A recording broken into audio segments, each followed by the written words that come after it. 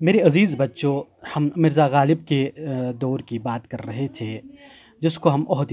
زریں بھی کہتے ہیں، اردو غزل کا، جس میں ایسے اشعار وجود میں آئے، تخلیق کیے گئے، جو آفاقیت رکھتے ہیں، جو یونیورسل اپیل جن میں ہے۔ تو اس کے بعد ہم دیکھتے ہیں عہد غالب کے بعد اردو غزل کا ارتقاء۔ اس میں ہم داغ دہلوی کا نام عزت سے لیتے ہیں، امیر مینائی، تسلیم،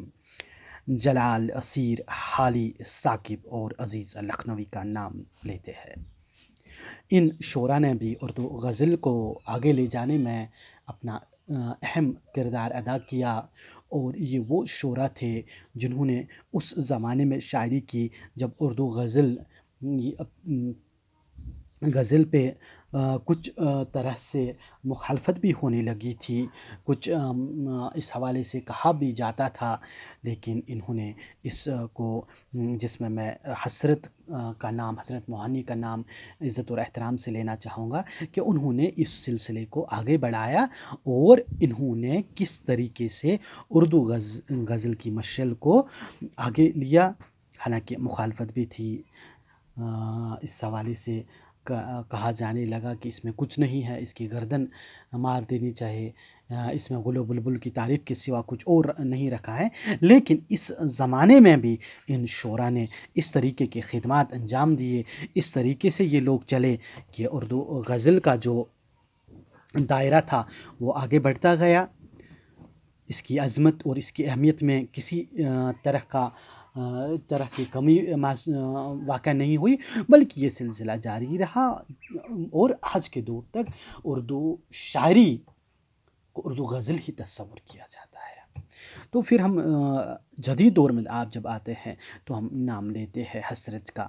فانی بدایونی کا، اصغر غنوی کا، یاس یگانہ چنگیزی کا، جگر مراد آبادی کا، شاد عظیم آبادی کا، چک بست کا، چک بست کا، آرزو کا، سیما اکبر آبادی کا، آزاد لکھنوی کا، نذیر کا، ریاض خیر آبادی کا، عزیز لکھنوی کا، صفی لکھنوی کا، محروم کا اور فراق کا۔ ان کا نام عزت اور احترام سے لیا جاتا ہے اور لینے کے لائق بھی ہے، کیونکہ ان شعراء نے بھی اپنے جو ان کے پہلے سے شعراء گزرے تھے، ان کی تقلید کرتے ہوئے، ان کے فٹ پرنٹس کو فالو کرتے ہوئے، انہوں نے اردو غزل کی شان کو قائم رکھا۔ اس میں جو مٹھاس ہے، اس میں جو چاشنی ہے، اس میں جو لطف ہے، اس کو برقرار رکھتے ہوئے انہوں نے بہترین غزلیں لکھی، بہترین غزلیں لکھی، اور یہ سلسلہ چلتا رہا، جاری رہا۔ پھر جب ان کے بعد ہم دیکھتے ہیں تو جو جدید، پھر ہم بعد کے جدید غزل کو شعراء دیکھتے ہیں، ان میں ہم ابن انشا کا نام دیکھتے ہیں، اس میں ہم خلیل الرحمن اعظمی کا نام لیتے ہیں، ان میں ہم ناصر کاظمی کا نام لیتے ہیں۔ کڑے کوسوں کے سناٹے، تیری آواز اب تک آ رہی ہے، کچھ تو احساس زیاں تھا پہلے، دل کا یہ حال کہاں تھا پہلے، ناصر کاظمی۔ تو یہ وہ ناصر کاظمی ہے جنہوں نے 1947 کے فسادات کو اپنی آنکھوں سے دیکھا، مجبور ہو کے لدھیانہ سے پاکستان جانا پڑا، پاکستان میں اپنی والدہ کے زیورات بیچ کے زندگی گزاری، پھر ریڈیو لاہور سے وابستہ ہو گئے۔ تو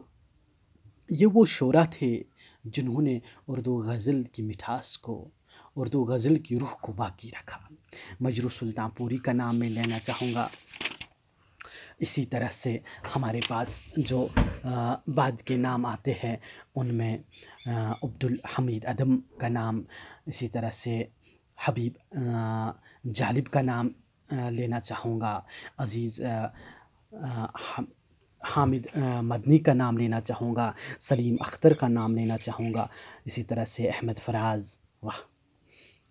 شہریار فامیدہ ریاض، اسی طرح سے سیف الدین سیف،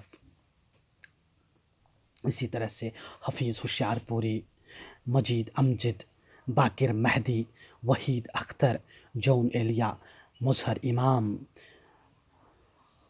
بہت سارے نام ہیں میرے پیارے بچوں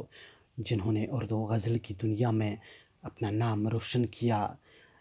ہمارے ڈاکٹر شیخ محمد اقبال، اسی طرح سے پروین شاکر کا نام، اسی طرح سے حامدی کشمیری کا نام، حکیم منظور کا نام، تنہا انصاری کا نام، رسا جاودانی کا نام، نہ جانے کتنے نام ہیں ہمارے پاس جن کا ہم ذکر کر سکتے ہیں۔ اردو غزل کے فروغ میں جنہوں نے اپنا اہم کارنامہ انجام دیا، جنہوں نے اردو غزل کو آگے بڑھانے میں، جنہوں نے اردو غزل کے وجود کو باقی رکھنے میں اپنا جنہوں نے اردو غزل کے وجود کو باقی رکھنے میں، اس کو آگے لے جانے میں اپنے آپ کو وقف کیا اور اپنے آپ کو آگے رکھا۔